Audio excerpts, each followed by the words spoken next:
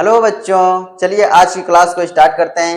आज इस क्लास में हम लोग परासरण और विसरण में अंतर देखेंगे। पीछे बताए थे हम परासरण किसे कहते हैं। तो सबसे पहले समझें, जब भी हम अलग अलग सांद्रता वाले दो विलयनों को अर्धपारगम झिल्ली से जब अलग करते हैं तो एक और लेते हैं तनु विलयन और एक और लेते हैं सांद्र विलयन। ये तनु और ये सांद्र विलयन। तो तनु विलयन से जो विलायक के कण होते हैं सांद्र विलयन की ओर अर्धपारगम झिल्ली से होकर के गति करने लगते हैं। इस क्रिया को परासरण कहते हैं। तो यहाँ पे परासरण की परिभाषा पीछे पढ़ चुके हैं। और आगे है विसरण। विसरण का मतलब बिखर जाना, फैलना, अलग अलग होना। जैसे किसी गैस सिलेंडर में गैस भरी हुई है और जैसे इसको खोलते हैं, बाहर निकालते हैं तो उसके अणु जो है दूर दूर फैलने लगते हैं, मतलब उनका विसरण होने लगता है, फैलने लगते हैं। तो इसी में अंतर देखेंगे पहले। तो यहाँ पे कह सकते हैं विलायक तनु विलयन से सांद्र विलयन की ओर गति करते हैं। ये परिभाषा में पीछे लिखवा चुके हैं कि परासरण में क्या होता है, तनु विलयन के जो विलायक होते हैं, जो पानी के कण होते हैं, वह तनु विलयन से सांद्र विलयन की ओर गति करने लगते हैं। और इसमें क्या कर सकते हैं, विसरण के जो अणु होते हैं सांद्र विलयन से तनु विलयन की ओर गति करते हैं। जैसे गैस सिलेंडर ले लेते हैं इस प्रकार से, तो जैसे इसको खोलते हैं तो जिधर गैस की मात्रा ज्यादा है कहेंगे सांद्रता अधिक है, और जैसे जैसे दूर जाएंगे तो इन गैसों की सांद्रता घटती है।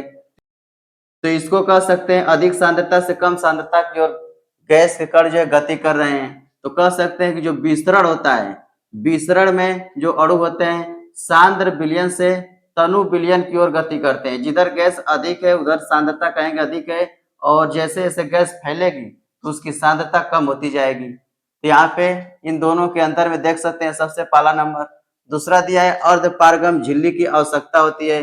परासरण तभी होगा जब अर्धपारगम में झिल्ली से होकर के विलायक के कण गति करेंगे, तभी उसे परासरण कहते हैं। लेकिन इसमें अर्धपारगम झिल्ली की कोई जरूरत नहीं है। आगे दिया हुआ है केवल विलायक के अणु ही गति कर सकते हैं। बताए थे अगर विलेय और विलायक दोनों हैं तो सिर्फ विलायक यानी पानी का कण ही अर्धपारगम झिल्ली से इस पार उस पार जा सकता है। विलेय का कण जो है इस पार से उस पार जाने वाला नहीं है।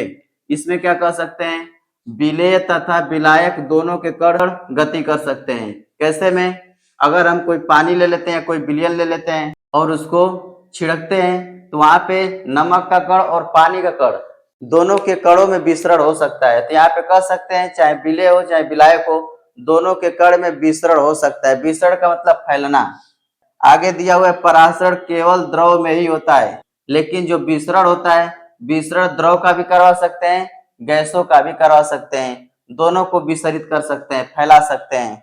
आगे दिया है परासरण को रोका जा सकता है। जैसे इसमें इसमें किशमिश को डाले हैं, परासरण क्रिया हो रही है, पानी जो है किशमिश के अंदर जा रहा है, जैसे ही बाहर निकाल लेते हैं परासरण क्रिया रुक जाती है। लेकिन विसरण को नहीं रोक सकते। अगर गैस सिलेंडर में से गैस को बाहर निकाल दिए, फिर चाहे कि उसको फिर वापस पकड़ लें तो वापस नहीं ला सकते। यानी विसरण एक बार हो गया तो उसको रोका नहीं जा सकता है। परासरण क्रिया को रोक सकते हैं और विसरण के क्रिया को रोक नहीं सकते। तो अगर पूछता है कि परासरण तथा विसरण में अंतर बताइए तो इस प्रकार बता सकते हैं। परासरण क्या होता है, परासरण में सिर्फ विलायक के कण इस पार से उस पार जा सकते हैं, यानी अर्धपारगम झिल्ली से जा सकते हैं।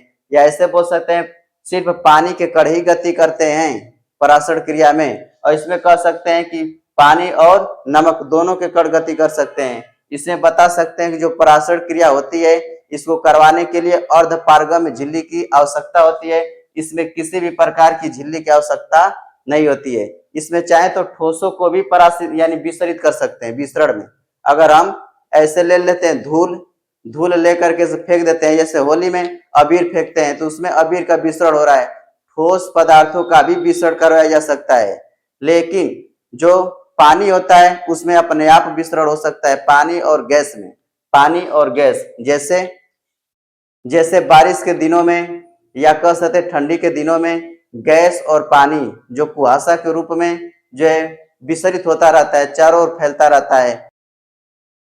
लेकिन ठोस का विसरण करवाना पड़ सकता है क्योंकि ठोस के कण जो है गतिशील नहीं होते, गति नहीं कर सकते हैं। ये सब पढ़े होंगे पदार्थ के गुण में कि जो गैस के कण होते हैं सबसे तेज गति करते हैं और द्रव के कण उससे कम गति करते हैं, और जो ठोस के कण होते हैं वह स्थिर रहते हैं, अपने जगह पे सिर्फ कंपन करते हैं, गति करते नहीं है। यहाँ पे ऐसे लिखा जा सकता है। आगे और भी बोल सकते हैं कि परासरण केवल द्रव में ही हो सकता है और परासरण को रोका जा सकता है और विसरण को रोका नहीं जा सकता है। विसरण द्रव में भी हो सकता है और गैस में भी हो सकता है। इस प्रकार से अगर पूछता है कि परासरण तथा विसरण किसे कहते हैं तो इसका उत्तर आसानी से लिखा जा सकता है।